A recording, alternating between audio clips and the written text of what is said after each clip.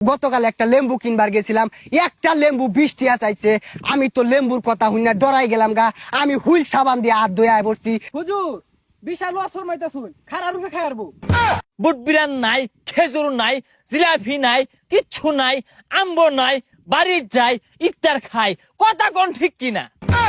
এ cameraman, বালাইরা record করবা। এই রমজানের নতুন ভাইরাল ওয়াজ, বুঝলা? এ হুজুর শুরু করুন। ভাই ঠিক আছে? ঠিক আছে, হ্যাঁ হুজুর শুরু করুন।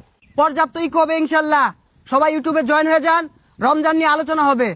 বাজান রে, রমজান মাস আইলে সৌদি আরবের মতো দেশগুলাতে জিনিসের দাম 50% কইমা যা।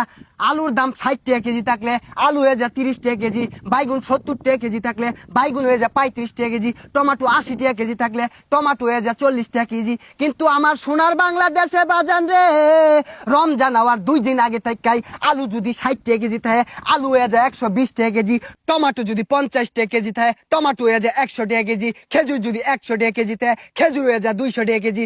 আরো আছে আলু, উশি, বাইগুন, টমেটো, গাজর, হসা, জিলাপি, পুরিন্দা, পিয়াজু। কথা কোন ঠিক কিনা? হুজুর বিরাট হইতাছে। ইউটিউবে যে একটা থাম্বনেল দিয়াম, থাম্বনেলে খায়া যাইবো। ওয়াজ করুন। আরো বহুত কিছু আছে, শসা, গাজর, লেম্বুর কথা তো বাতি দিলাম। গতকাল একটা লেম্বু কিনবার গেছিলাম, একটা লেম্বু 20 টাকা চাইছে। আমি তো লেম্বুর কথা শুনে ডরাই গেলাম গা। আমি হুইল সাবান দিয়ে হাত ধুয়ে পড়ছি।